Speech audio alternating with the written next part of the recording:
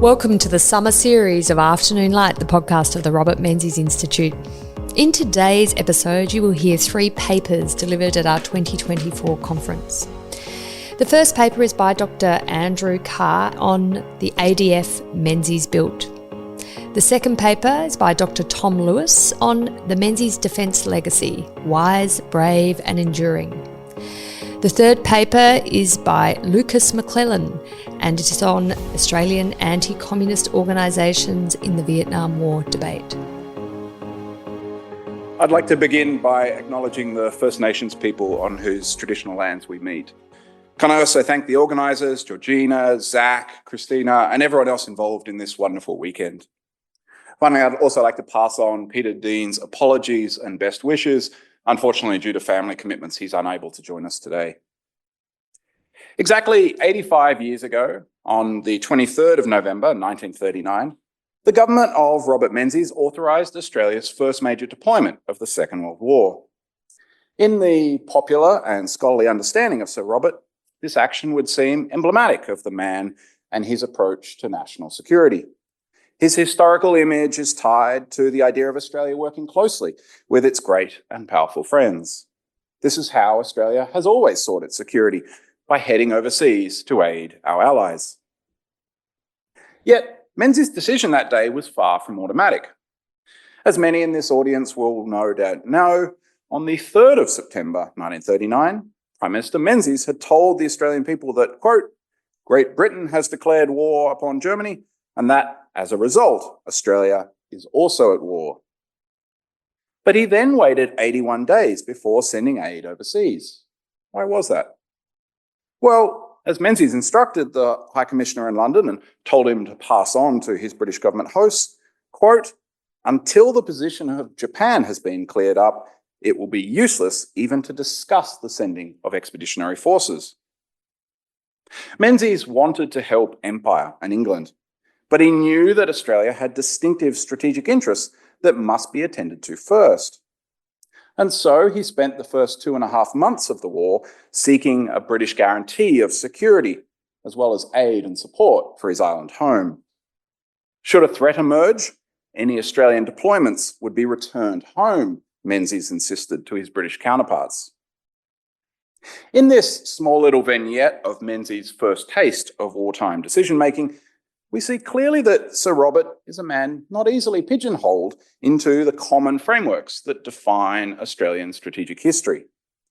I speak here of the widespread effort by scholars and commentators to distinguish between those who favour deployments overseas with allied partners, the expeditionary school, and those who focus on the essential defence of our territory, the continental school. The historian Michael Evans has traced this debate back all the way to 1908, when Colonel Foster, the Director of Military Studies at Sydney University, publicly clashed with Captain William Creswell, Director of Naval Forces in Defence. In the wider academic and historical literature, virtually every major work describes Menzies' era of the 1950s and 1960s as the period of forward defence, while the 1970s and the 1980s are the era of the defence of Australia. And conventional wisdom holds that in the 2000s, under John Howard, Australia returned to an expeditionary tradition through our operations in East Timor, Afghanistan, and Iraq. For most people, it is self-evident that Menzies was a champion of the expeditionary approach. He saw himself as an honoured member of a globe-spanning empire. He regularly argued that, quote, peace is indivisible, and he was a champion of the global war against communism. In 1955, in a remarkable speech to the Parliament, Menzies said that, quote, it would be a sorry day for the security of Australia if we were driven to defend ourselves on our own soil. Hence, if Malaya is vital to our defence, more vital properly understood than some point on the Australian coast, then we must make Malayan defence, in a real sense, our business. And yet, while such rhetoric is easily found, when we examine the detailed strategic choices and the policies of his government, as for instance in my opening anecdote of 1939, or as I want to talk to you today about in relation to Confrontasi and the early 1960s, Sir Robert Menzies emerges as a far more interesting and capable strategist than he is given credit for. In his actions, we find not only the unacknowledged foundations of the modern Australian Defence Force, but also a path, I would argue, to a better way of thinking about Australia's strategic history. In front of an audience as knowledgeable as this, I will not dwell too much on the broad history of the crisis and conflict known as Confrontasi. Though, as an aside, I am perpetually amazed at how little understood it is, even among Australia's wider political and national security community. Suez, Cuba, and Vietnam dominate public memory, but Confrontasi was the defining crisis of Australia's Cold War. By the late 1950s, Indonesia had become an increasingly difficult neighbour. Its dispute with the Netherlands over the status of Dutch New Guinea posed deep challenges for Australia. Soviet arms were beginning to pour into Indonesia's military, and Britain's own commitment to Southeast Asia was increasingly questionable. In late 1962, Indonesian forces supported an attempted coup in Brunei on the island of Borneo. When that failed, on January the 20th, 1963, the Indonesian foreign minister announced a formal policy of confrontasi, or confrontation. The aim was to prevent the creation of an independent Malaysia, as well as to expand Indonesian territory by claiming the whole island of Borneo. Over the next 3 years, Jakarta would launch hundreds of insurgent attacks into Malaysian territories of Sarawak and Sabah. It would raid towns and military bases. It would also expand the conflict onto the Malaysian peninsula, using what we would today describe as terrorist attacks. For Australia, this was not merely another regional decolonisation or Cold War crisis. This was a border clash. With the Dutch withdrawal in 1962, Indonesia and Australia now shared a land border between Indonesian-held Papua and Australia's colonial hold on Papua New Guinea. Skirmishes broke out along this border between Indonesia and Australia. And Canberra's strategists knew that just as Indonesian attacks went north to the Malay Peninsula, they could easily be turned south towards Darwin. The primary strategic aim for Australia, therefore, was to avoid a war with our nearest and largest neighbour.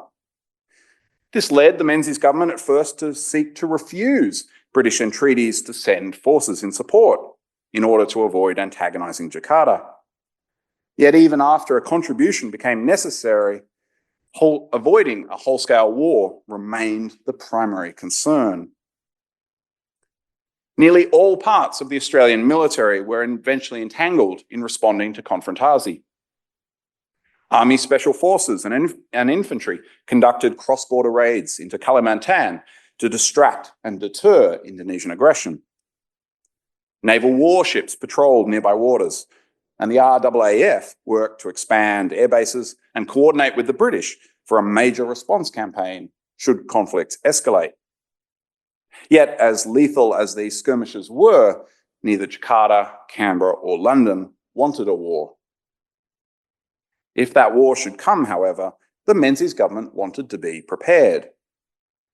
As the Prime Minister told the Australian Parliament on 22 May 1963, good strategy could never be static. Quote, as international strategic conditions change, so we must be ready to change our own defence arrangements. Lest any in the Parliament that day missed his point about the significance of the changes underway, Menzies returned to this theme near the end of his speech, arguing that the forces his government was now purchasing would, quote, provide a capacity for independent action to meet the initial shock of any emergency which we may in the future find ourselves faced. Now, just 4 years earlier in 1959, the Menzies cabinet had rejected the formal strategic basis paper of that era on the grounds that it had advocated for a capacity for independent operations. Yet by 1963, it was now a necessity in order to protect the nation. The strategic basis papers of this era also reflect this shift in focus. The papers of 1962 and 1964 both begin with the statement that the ultimate aim of Australia's defence policy is to ensure the security of Australian mainland and island territories. while the 1963 strategic basis paper was commissioned outside of the usual cycle, explicitly to deal with the threat of Indonesia. As these times were new, so too were new approaches to Australian armed forces required. The first change was a much bigger defence budget. In 1961-62, defence spending had represented about 10.7% of Commonwealth outlays, a number that had steadily declined from the early 1950s when it was over 20% as we feared the outbreak of World War III on the Korean Peninsula. In 1963, Menzies boosted defence funding to 11.9% of outlays. It was then boosted to 12.9% in 1964, 14.1% in 1965, and 16.2% in 1966. In practical terms, this amounted to a near doubling of the amount that Australia spent on defence. Menzies told the Parliament in 1964 that he recognised such spending will present a formidable budgetary problem, but called on the Australian Parliament and people to make a great Australian defence effort to ensure the security of the nation. Once this threat from Indonesia was resolved, that funding would quickly fall away. Thus, despite the continued focus on the conflict in Vietnam during the late 1960s and the early 1970s, Australian defence spending declined significantly after the end of Konfrontasi, and it has never been above 10% since the early 1970s. The second task facing the Menzies government was to identify the capabilities which Australia might need for its defence. Although long discussed in late 1962, the Menzies government ordered 4 Oberon submarines, later expanded to 6, a capability designed explicitly to help defend what would become known as the air-sea gap to Australia's north. To complement this was a significant investment in military aviation. The Australian media had sensationally reported in 1962 that the Soviets were supplying Indonesia with airplanes which were able to strike Australian cities, while Australia had nothing comparable in response. In 1963, Menzies' government announced that it would acquire 60 Dassault Mirage 3 fighters, bringing the total up to 100. That provided air combat and cover, but more was needed. To generate a real deterrent option, the Menzies government decided to purchase 24 F-111 strike aircraft from America. In an interview that Menzies conducted in 1972, although not published until 2019, he explained the decision to buy the F-111s, stating that, quote, "The experts all agreed what we needed was something particularly suited to Australia, and that meant it must have a long range so that it could go to Indonesia and back again without refueling. Without it, we were a goner," he said. "We had no long-range reconnaissance plane. We literally had no means except local fighters to cope with a possible war which involved Indonesia," end quote. The Australian Army was also expanded. In 1961, it had been at about 21,000 people, a number sufficient for the regional coalition deployments. In 1962, that was boosted to 24,000. In 1963, it was increased again to 28,000. And in 1964, citing the growing challenge of defending Australian territory, and in particular its border with Indonesia, the Army was expanded to 33,000, along with the introduction of selective compulsory service. The dreaded draft for Vietnam thus began in worries about our direct territorial security against Indonesia. The Army was also required to increase its presence in the north of Australia in places like Townsville, while the RAF base at Tyndall near Darwin was significantly expanded. Alongside the military equipment to deter, the Menzies government sought to communicate this strikingly new policy. In his speech of 22 May 1963, Menzies told the Parliament, and no doubt expected officials in Jakarta would read his words closely, that, quote, "We have made our defence program review in the light of our treaty arrangements, but particularly in reference to the security of our own country and of the territories of Papua and New Guinea. We will defend these territories as if they were part of our mainland. There must be no mistaken ideas about that."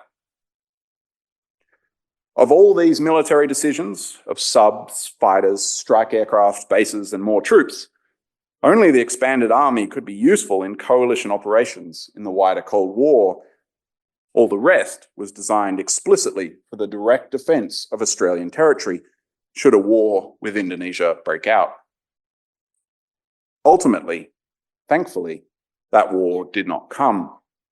In 1965, there was a coup in Indonesia with the Sukarno regime falling, and by August of 1966, the Suharto government had formally signalled the end of Konfrontasi. The crisis was over, and in many ways, so too was Australia's Cold War. So to move towards our conclusion, what does this mean for how we understand the final chapter of the Menzies government and its strategic legacy? First, Robert Menzies' role in constructing the Australian Defence Force would, Peter and I argue, or certainly has been, underappreciated. Through his actions in the early 1960s, Australian Armed Forces moved to an essential force structure of around 100 combat aircraft, 6 submarines, 10 to 14 surface vessels, and an army of 25 to 30,000 active troops. The purpose of this structure was to defend Australia's continental territory, and then, as circumstances and resources allowed, to assist overseas.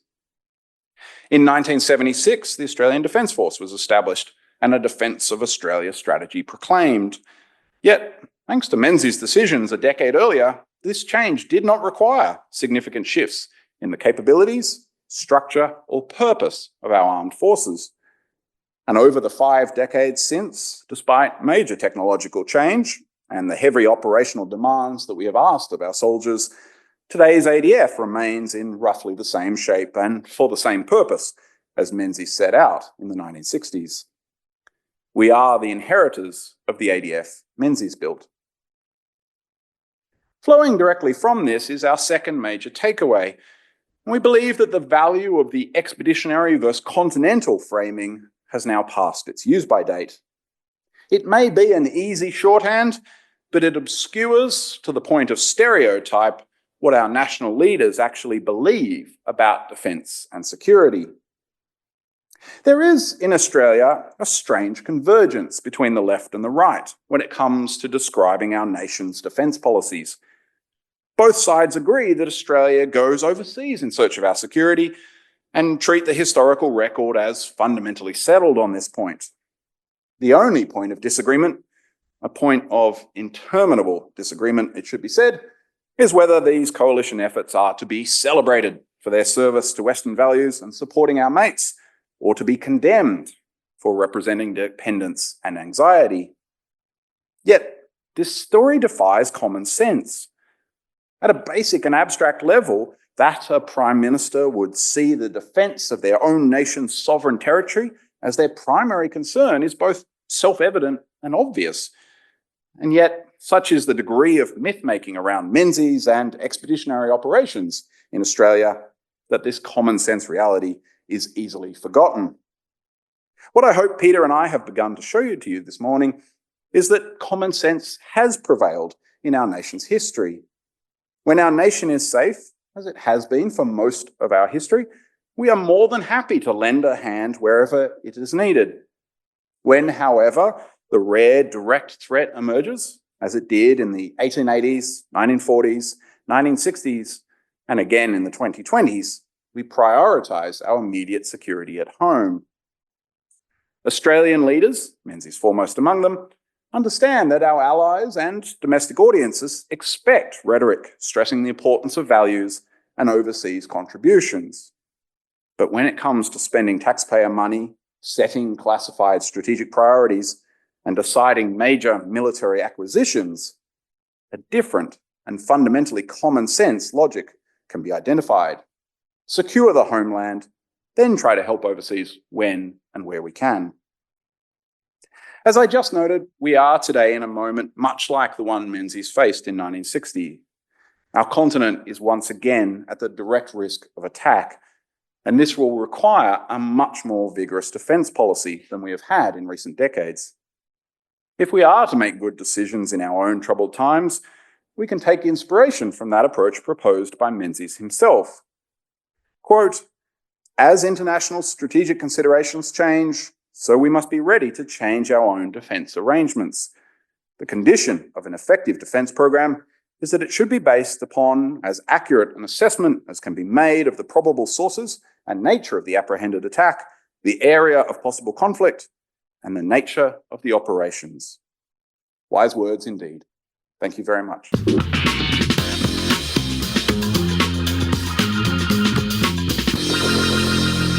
Yes, military historian, but also a member of the Armed Forces for 20 years. Served in combat in Iraq at the height of the war there, unfortunately. It got worse when I arrived. General Petraeus probably blamed me personally for that. But defence acquisition of platforms and equipment is something that's dear to my heart. There's nothing worse than kit that doesn't work, or boots that leak, or rifles that don't fire when they've been dropped in the mud. So moving from the Lee Enfield 303 to the SLR, for example, is a pretty significant move. But let's look at some of the big platforms. So what World War II had done, it had changed the thinking of the Western powers in terms of what you need in the way of configuring your armed forces. Aircraft carriers, which to some people, particularly, for example, Captain D'Oyly Hughes, who's at the bottom of the sea off Norway, along with the carrier HMS Glorious, disagreed that aircraft carriers were a good idea. He thought battleships were a wonderful idea. At the end of World War II, most people had thought battleships have had their day, and indeed they had. The other thing that happened in World War II was submarines came to the fore. And of course, there was a revolution in military aviation. So all of those things had to be taken into account as we move forward. I think we were lucky in that we had a lot of people in cabinet in both sides of the bench who'd served in the military themselves in World War II. John Gorton, for example, famously smashed his face up when he landed his fighter. Gough Whitlam was a navigator of bombers operating out of Northern Australia. So a lot of people had military knowledge, and I think that was part of the influence of what moved ahead. So it was the beginning of the jet age. In World War II, pretty well every fighter is a metal monoplane propeller-driven piston-engined fighter. As the 1950s dawned, those things are going to be off in the way of museums. We were operating a Mustang at the time, and we quickly graduated towards jets. Jets are a good thing. They enable faster speed, bigger payloads, and so on. And we moved into those and got into them in the Korean War. And so that enabled quite a bit of thinking about what we should do and moving ahead. The French Mirage was a very wise and good acquisition. Served us very well for a long time. And it was also somewhat controversial because it's French. And that's a topic, that's a part of my talk, which I'll embellish. Canberra bomber, British, very reliable, served in Vietnam, excellent aircraft, but eventually had to be superseded by the F-111. The F-111 had an enormous payload. The payload that you see there compared to the Canberra is actually wrong. It's 8,800 pounds in the bomb bay. But the F-111 had 4 external pylons that enabled basically 36,000 pounds of bombs to be carried. It's also the only one of 2 bombers in the world at the time that has a nuclear weapon capability.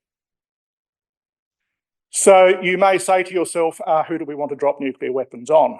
And obviously, if you have a nation to your north that may be hostile and that is enormous in its population, and obviously we're talking about Indonesia, that's something that you need to take into your thinking. The only other bomber that could make Jakarta and back with a nuclear weapon was the B-52.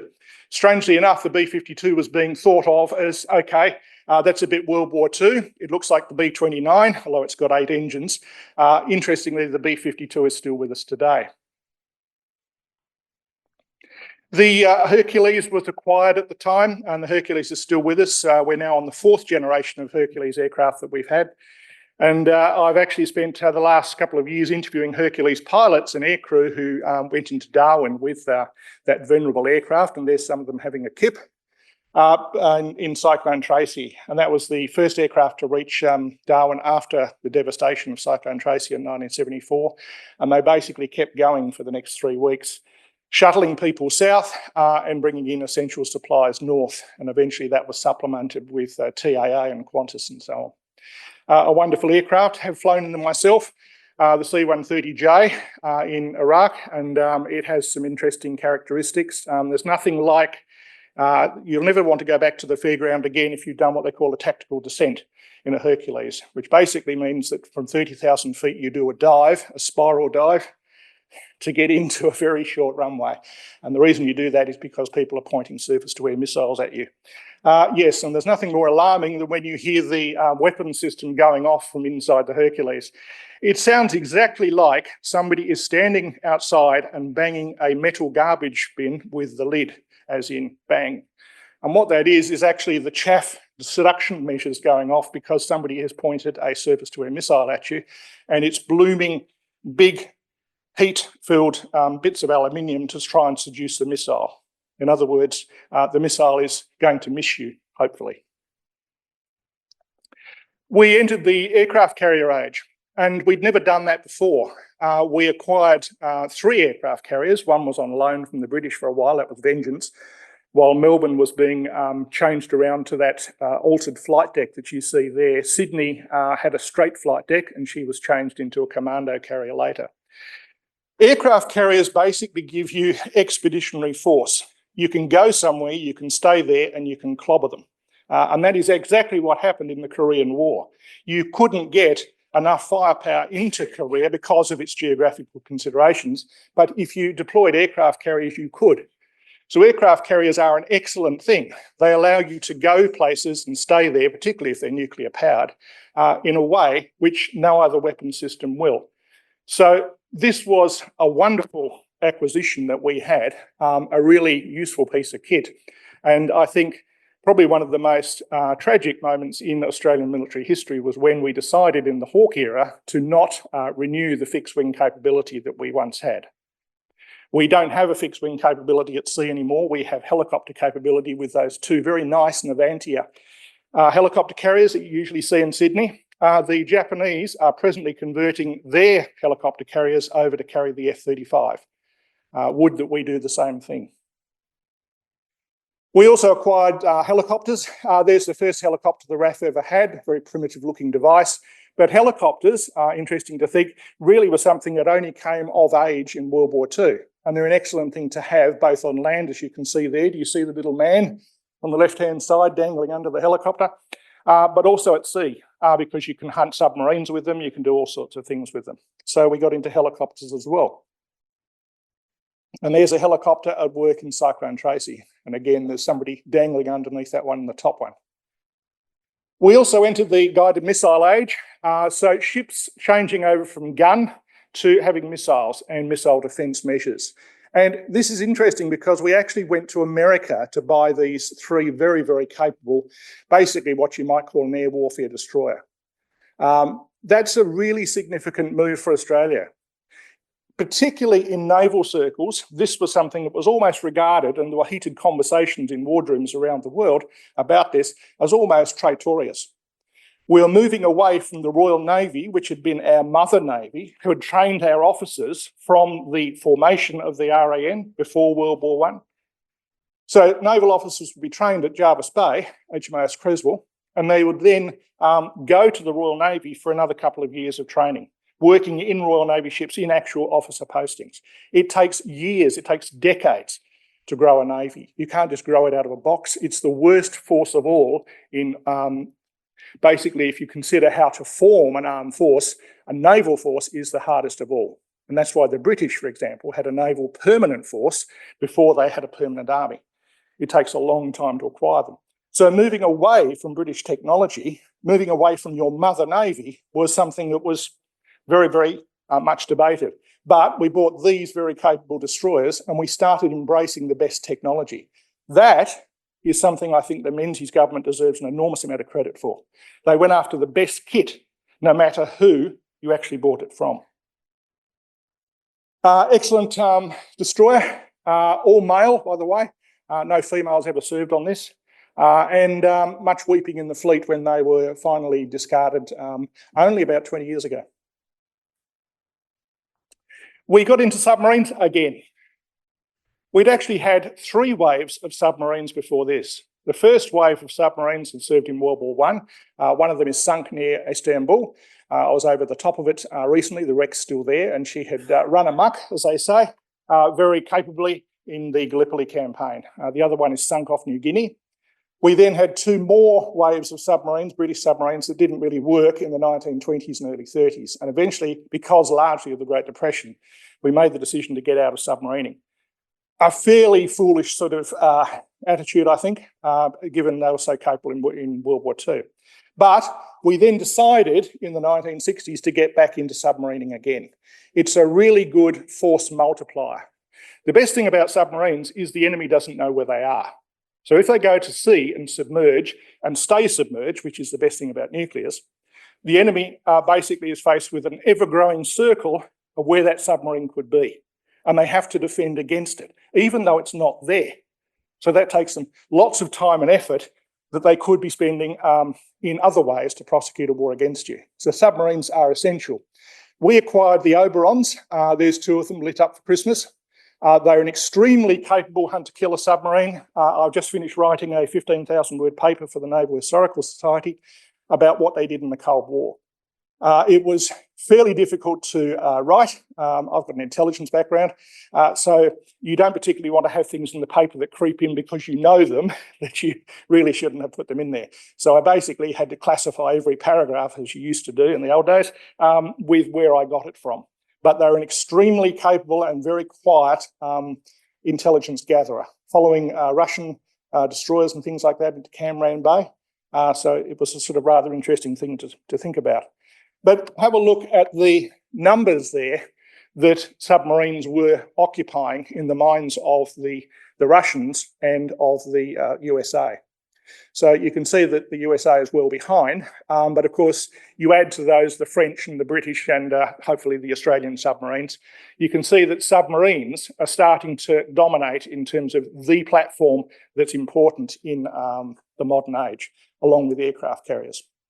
So before I move away from submarines, I should perhaps comment that the shambles that we then went into with the Collins class, which the Americans rescued us from, is now being followed by the shambles that we have with the nuclear acquisition program.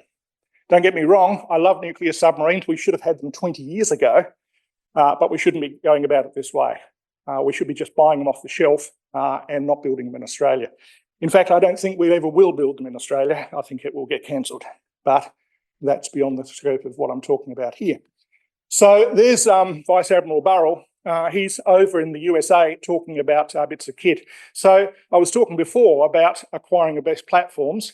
Yes, these were British submarines, but we had got into American destroyers and we got into American guided weapons and so on. So you go somewhere to buy the best equipment. It's a difficult thing to do for Australia in the 1960s, but all credit, I think, to the Menzies government for being willing to do that.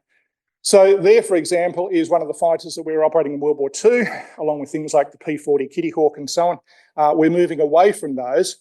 We did have items of kit that were, for example, the Grant tank from other countries in World War II, but now we're moving into buying major pieces of equipment. And so there's a table I'll let you look at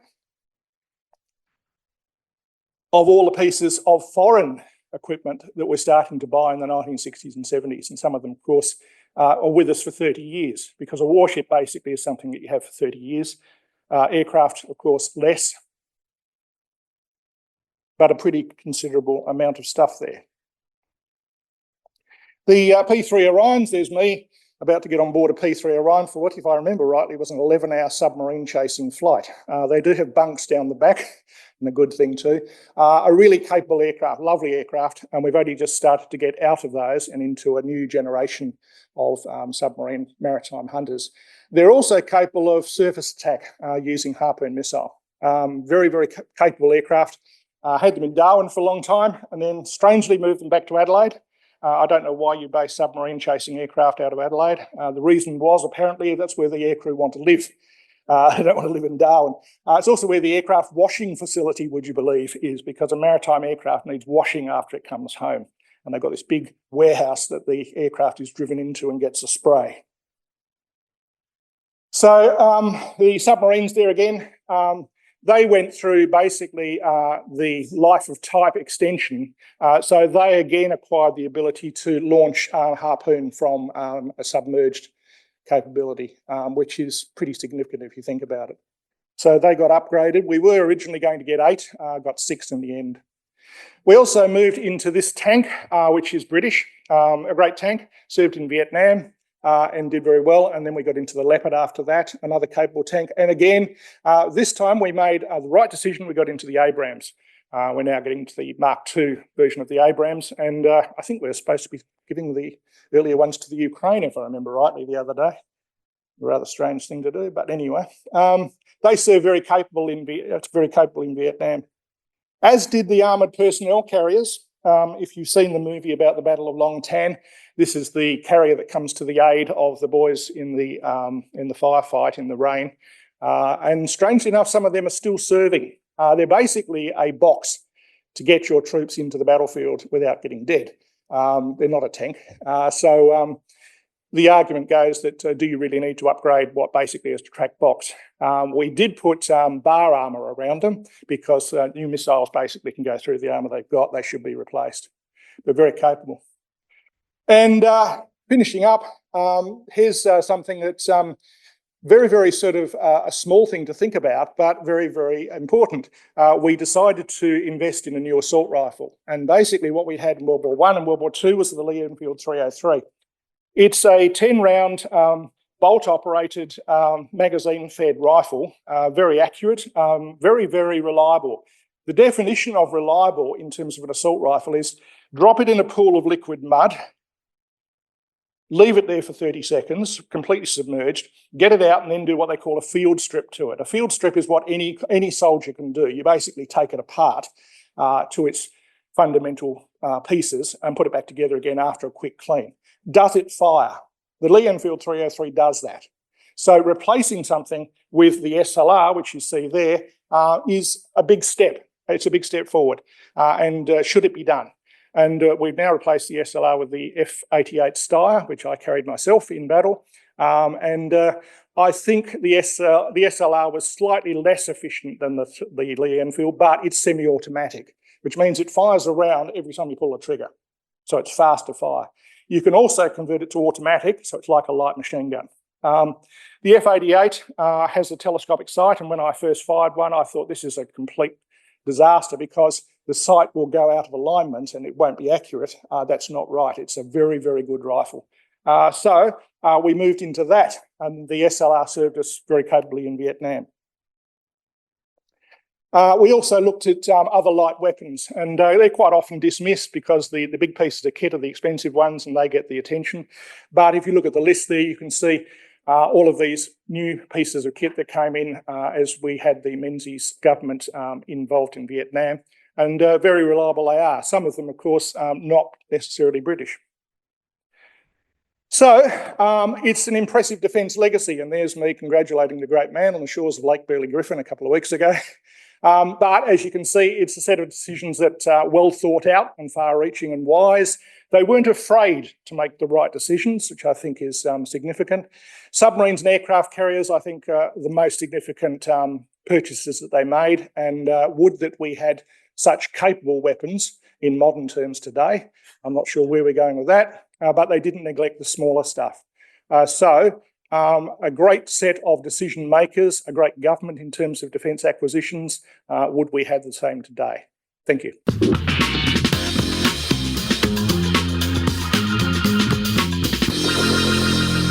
Thank you very much.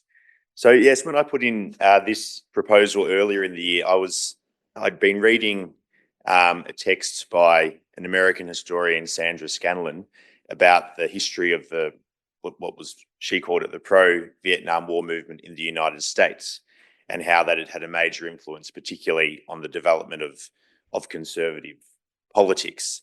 And I was interested to see through research into various individuals and organisations if we could talk about a similar type of movement in Australia. And while there's certainly differences, I think we can identify some features of such a movement. So as we know, we're looking at the 1960s, that last decade of the Menzies era, and anti-communism remained a core feature of the Menzies government agenda, as we all know, particularly in terms of foreign policy. The stance taken by Menzies on the Cold War inspired significant opposition amongst left-leaning intelligentsia in Australia throughout his second prime ministership. Like in the United States, Australia's involvement in the Vietnam War prompted a large protest movement in opposition. The anti-Vietnam War protests coincided with the growth of university student populations due to greater access to higher education that had been overseen by Menzies. In fact, the late historian Stuart McIntyre noted that Menzies, in some ways, through his policies, had created the generation that would protest against both the Vietnam War, but also would become dedicated activists to other left-wing causes. The decision of Menzies and his cabinet to commit military forces to South Vietnam in 1965 would come to be portrayed by his opponents as one of the final mistakes of Menzies' political career. The debate and commotion over Australia's Vietnam commitment was therefore one of the first debates that influenced how the Menzies era was framed for future generations. The campaign opposing the Vietnam War has been more than extensively covered by historians, journalists, and in documentaries and on television programs. Things like the protests against the LBJ visit in 1966 and the famous Vietnam moratorium marches of 1970 have gained particular attention as key moments. But what I want to look at in this paper is the individuals, publications, and organisations in Australia that are generally anti-communist, and to explore and to research what their activities were in response to Australia's Vietnam commitment. And I'm aware that in the time frame that we have, but also within the nature of an edited collection, I needed to make some selections of individuals and groups. And I know that there will be many individuals and groups that might be missing from this presentation. But first, I wanted to look quite obviously, I think, at Bob Santamaria, his National Civic Council, and his publications, or the publications from his organisations like News Weekly, and his views expressed in his Point of View TV program, which was always published as a column in the week afterwards. I also wanted to explore how the war was debated and argued in publications like Quadrant. As most of us here will be familiar, the journal Quadrant was a place where sophisticated views in favour of the Australian commitment were put forward. Quadrant had famously been funded by the CIA-backed Congress for Cultural Freedom, and its purpose was to counteract the fallow travelling nature of much of Australia's intellectual and cultural scene. Two figures really stood out to me as I researched the Vietnam debate in that publication during the 1960s. The first was Sib Naran Ray, who was a world-renowned Indian philosopher who, quite surprisingly to me, as I learnt about this individual, found himself at the University of Melbourne's Department of Indian Studies from 1962 to 1980. And despite being a Marxist in his youth, and despite the opposition to the Vietnam War by many post-colonial nationalists throughout the Asian region, he became deeply committed to democracy and saw communism as a threat to the emergence of a free and prosperous democratic Asia. And in the publications and intellectual movement that argued in favour of the Vietnam War in Australia, he took on a special position as somebody who came from a different culture. Another key figure is Geoffrey Fairbairn, who wrote a lot in Quadrant, but he was a reader in history at the ANU and an expert in guerrilla warfare. And he was supportive of Australia's military commitments, although he saw the US military strategy as likely to fail. Finally, some of Australia's most committed and radical and controversial anti-communists were those migrants from Eastern Europe, whose nations were under Soviet occupation. Many of them, particularly in some recent publications, have had the fact of their association with fascism and the Germans during World War II and during the invasion of the Soviet Union. That was always a controversial aspect of their presence in Australia from the 1950s onwards, and it's been well covered, particularly in recent years in a number of publications. But I was interested to see if, in addition to advocating for the liberation of their own homelands and anti-communism in general, if they also advocated for South Vietnam and our involvement in the Vietnam War. And to a certain extent, they did participate in a general anti-communist pro-war movement. Generally speaking, what I discovered in my research is that just like in the United States, where the pro-war movement felt that LBJ and to a lesser extent Richard Nixon were not fighting the war aggressively enough and that their objectives were too limited, a similar attitude developed in these anti-communist circles in Australia. So as a result of that, the policy of Menzies and his successors in Vietnam had few champions. Obviously, the policy was opposed by the left and by the anti-war movements, but pro-war advocates tended to judge Australia's defence policy in the 1960s and its Vietnam policy in particular as being inadequate. However, far from being a reactionary movement, the pro-Vietnam War advocates in Australia developed a strong sense that Australia's future was tied up in its relationship with its Asian neighbours. They felt that Australia had more of an interest in the protection of South Vietnam than even the United States, as our future would be directly harmed by being in a region that was dominated by Chinese communism and its allies. Support for the Vietnam War allowed for a vision of an Australia that was not just a southern outpost of the British world or a representative of the United States, but rather one that was defined by its geography and its commitment to a certain understanding of freedom. Menzies in 1965 laid out his reasons for why Australia was militarily involved in Vietnam and why he made the commitment to expand from a military advisory role to a battalion in 1965. In his statement in Parliament, he announced that Australia was simply responding to the formal request of the South Vietnamese government and in collaboration with the United States. Menzies also stressed that support for South Vietnam brought together a broad coalition of free and independent Southeast Asian nations, such as Thailand and the Philippines. Consequently, Australia's involvement was part of our regional and alliance responsibilities in the Cold War era. He argued that we do not and must not overlook the point of our alliances, as well as providing guarantees and assurances of our security. Following the end of the British Empire, Menzies had moved Australia into a new world of Cold War rivalry. The desire of some in the Labor opposition for an independent and isolationist foreign policy was simply naive and dangerous and played into the hands of Communist China. Menzies at the outset set limited war goals for the Australian commitments when he argued, and I quote, "We and our allies are not seeking to take over North Vietnam," unquote. So he set the idea of containment at the outset. Furthermore, Menzies justified Australia's involvement with appeals to the SEATO Treaty and to North Vietnam's violation of the UN Charter. The war was popular, or our involvement in the war was popular initially, and in its first draft, the Vietnam legacy was probably something that could have been fitted into the Menzies' achievement as a statesman when he resigned in January of 1966.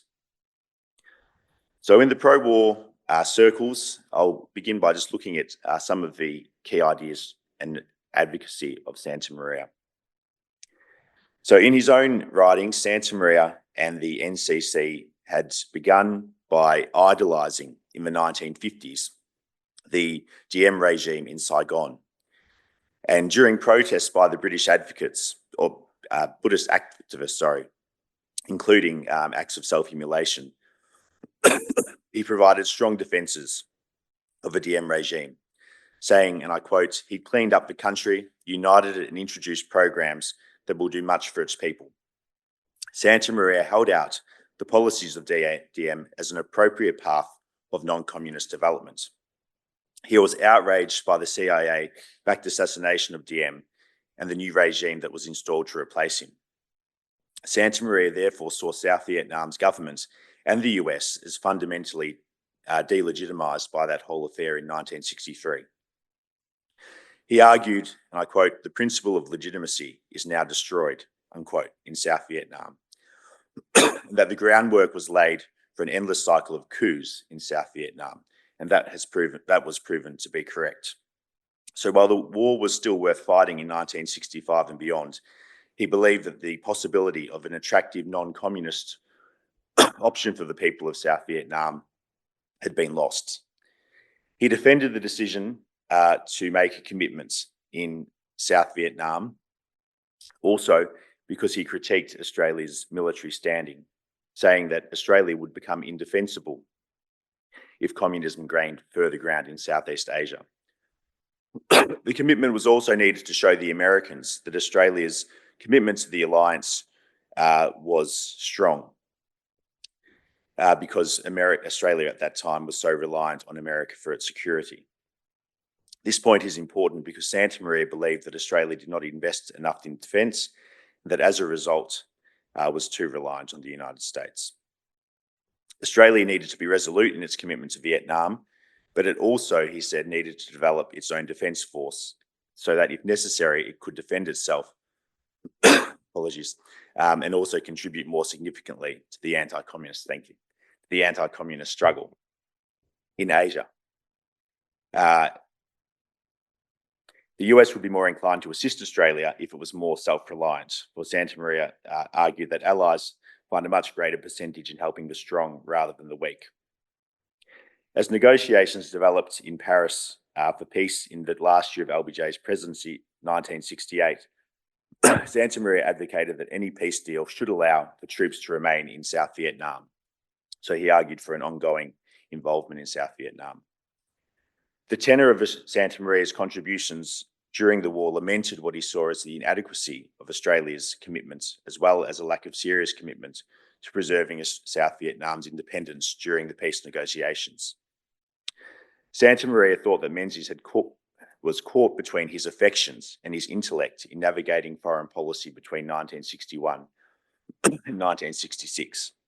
He acknowledged that Menzies had come to the correct judgment that Australia's future was now tied to the United States and Asian countries, but his emotive attachment to Britain and the Commonwealth meant that he'd avoided addressing the need to educate the public about Australia's new place in the region. Santa Maria felt that Australia needed to vigorously focus on the Asian region. And it's this that led to his long campaign and argument in the 1960s in favour of creating an anti-communist confederation of Pacific and Asian countries. He deemed CETO to be a paper tiger, as it did not guarantee the American military involvement in the region if a nation was under attack, unlike NATO in Europe. The proposed confederation would allow the Pacific nations to associate their foreign and defence policies and their economic structures. Santa Maria continued to advocate for this policy for more than a decade via the Pacific Institute and its journal, Pacific Community. At the heart of this proposal was the idea that Australia should not presume that the United States would be its saviour. Instead, the country and its politicians needed to develop Australia's own defence capabilities and develop close and integrated relationships with non-communist neighbours. Australia was still a European society in the Southern Hemisphere, but its future was one of independence and integration in the region. That viewpoint is hardly reactionary, rather it's in line with how many modern politicians, particularly since Keating, have viewed Australia's future. Looking on to some of the authors who were present in Quadrant throughout this time arguing in favour of the Vietnam War.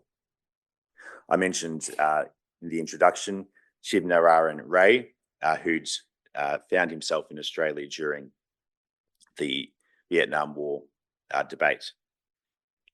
He'd come to view communist China as the great danger to post-colonial South and East Asia. He found himself in Australia throughout the debate over the war, and he used his writing in Quadrant and some other publications to advocate for the war, whilst also arguing that he felt many of the Allied decisions were misjudged. Even after the Sino-Soviet split, he saw Red China as a grave danger to the whole region. The Viet Cong in the South and the North Vietnamese governments were not really fighting for national liberation, but were backed by the menacing power of the People's Republic that was intent on dominating the Indo-Pacific region. Since decolonisation, many new Asian states had adopted a democratic and capitalist path to modernisation, and Ray felt that was the best option. If South Vietnam fell, it would expand the area of post-colonial Asia that followed the communist and autocratic pathway. Just as the Soviet Union used fifth columns to take over other nations, so too would the Chinese use the model to wage war against democratic states. In Ray's views, communism could not be lived with peacefully. As a result, he challenged the idea of containment and détente. Unlike Santa Maria, Ray felt that South Vietnam had never had the leaders who had the right ideas to develop the country in a free and peaceful manner. However, the United States and its allies had an opportunity to redeem the West. This is a quote from him, to redeem the West from its past exploitative record in Asia, unquote, through its protection of South Vietnam and its assistance to the other free Asian nations. Ray argued against left-wing activists and politicians like Jim Carnes, who he felt seemed to assume that the communists were the historically determined natural leaders of the newly independent Asian countries. Ray believed that communism was as autocratic as fascism, and that those with humanist views such as himself should strongly oppose it. He was concerned that leftists in Australia and elsewhere who wanted social justice were being misled by romanticised ideals about communism. He had a much more authentic understanding of autocracy than many of his academic peers at the time. So consequently, he supported the Australian Vietnam commitments. He felt that communists exploited the poverty and injustice throughout Southeast Asia for the purposes of imposing their own tyranny. He condemned colonial forces like the French in Vietnam that had contributed to that poverty and injustice by failing to develop sizable liberal elites to take over during independence. He felt that Western nations like Australia needed to overcome the internal opposition to the Vietnam War, but also to support for Asian countries more generally, and assist in the development of South Vietnam as a modern Asian state. He felt that victory in Vietnam would demonstrate to the People's Republic of China that the United States, Australia, and their allies would not allow communism to expand any further. Anti-war leftists, he said, often betrayed the war as a form of neo-imperialism and the Viet Cong as an example of revolutionary nationalism. His vision was different, however, supporting South Vietnam and the fight against communism as a way of supporting true freedom for the peoples of the region and for Western countries like Australia to overcome their colonial pasts. And finally, the captive nations communities of Australia, which were largely made up of national groups like people from Romania, the Baltic states, and Ukraine. Migrant groups from those areas came together in the mid-60s to form an organisation called the Captive Nations Council. And this organisation was largely involved in activism and advocacy for people from those nations and protesting against Soviet oppression in Eastern Europe. However, they were deeply embedded, that organisation was deeply embedded in anti-communist organisations throughout the East Asian region. Representatives from Australia regularly participated in international conferences in East Asia that brought together anti-communist activists from around the world. Australian representatives were present at the 12th Asian People's Anti-Communist League conference in Seoul in November 1966 that resolved to oppose any peace negotiations with North Vietnam until communist forces pulled out of South Vietnam. opposing the concept of peace at any price. Every year, there would be a Captive Nations Week with commemorations normally focused on the cultures of Eastern European nations. But those events throughout the 60s also included Vietnamese presence, often with the ambassador from South Vietnam speaking, and sometimes even Vietnamese cultural dances and things like that in the celebrations. So they were included as a part of the captive nations community, even though they didn't at that time have a strong Vietnamese migrant presence in Australia. An example of activism during that time was the visit of Yaroslav Stetsko, who was the president of the anti-Bolshevik Bloc of Nations, which was a Ukrainian organization of Ukrainian migrants, who came to speak in Australia largely to Ukrainian, Croatian and Romanian organisations, where he spoke about the dangers of global communism. And while committed to alerting Australians to the dangers of global communism through political persuasion, he also, and this was covered in The Australian, had quite a bizarre plan for a anti-red international volunteer army to fight in places like Vietnam. He assured the press that Australian volunteers would not be deployed without the approval of the Australian government. So often when you read through the publications of the Captive Nations Council and their associated organisations overseas, you often have these quite radical and unrealistic proposals, but it just is a sign of that radicalism. Overall, key figures in the Captive Nations exile movement considered Soviet and Chinese communism to be two sides of the same coin. They saw them as being involved in a global conspiracy to hold captive the nations of the world and to compromise with communist governments, whether in the form of détente or containment, which should be opposed. And while they were marginal in their significance politically, and often politicians like Menzies and thinkers like Santamaria and his associates avoided them, the captive nations networks in Australia represented a rare example of something approaching a popular movement supporting Australia's military involvement in Vietnam. And the position of the movement was essentially that Australian governments and other Western governments were never doing enough for the liberation of the captive nations movements. So just to conclude, in Australia, we don't see a huge attempt to provide an alternative to the anti-war movement. But what we do see is networks of individuals and thinkers and publications where arguments in favour of the Vietnam War are presented. All of those individuals and publications tended to take the view that Australia's commitment was necessary, but ultimately the governments of Australia and also the United States did not truly understand that what was needed to fight communism.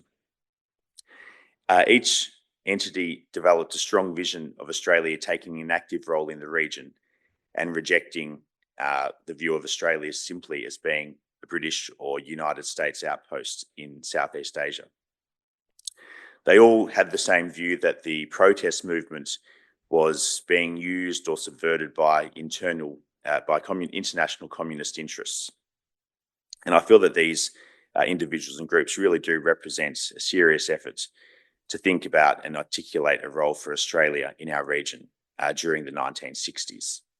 And I'll finish on that point because I think I'm probably close to time. But thank you. That's it for this week's episode of Afternoon Light, the podcast of the Robert Menzies Institute. Please make sure to subscribe and catch up on our latest online content on our website or on Twitter, LinkedIn or Facebook.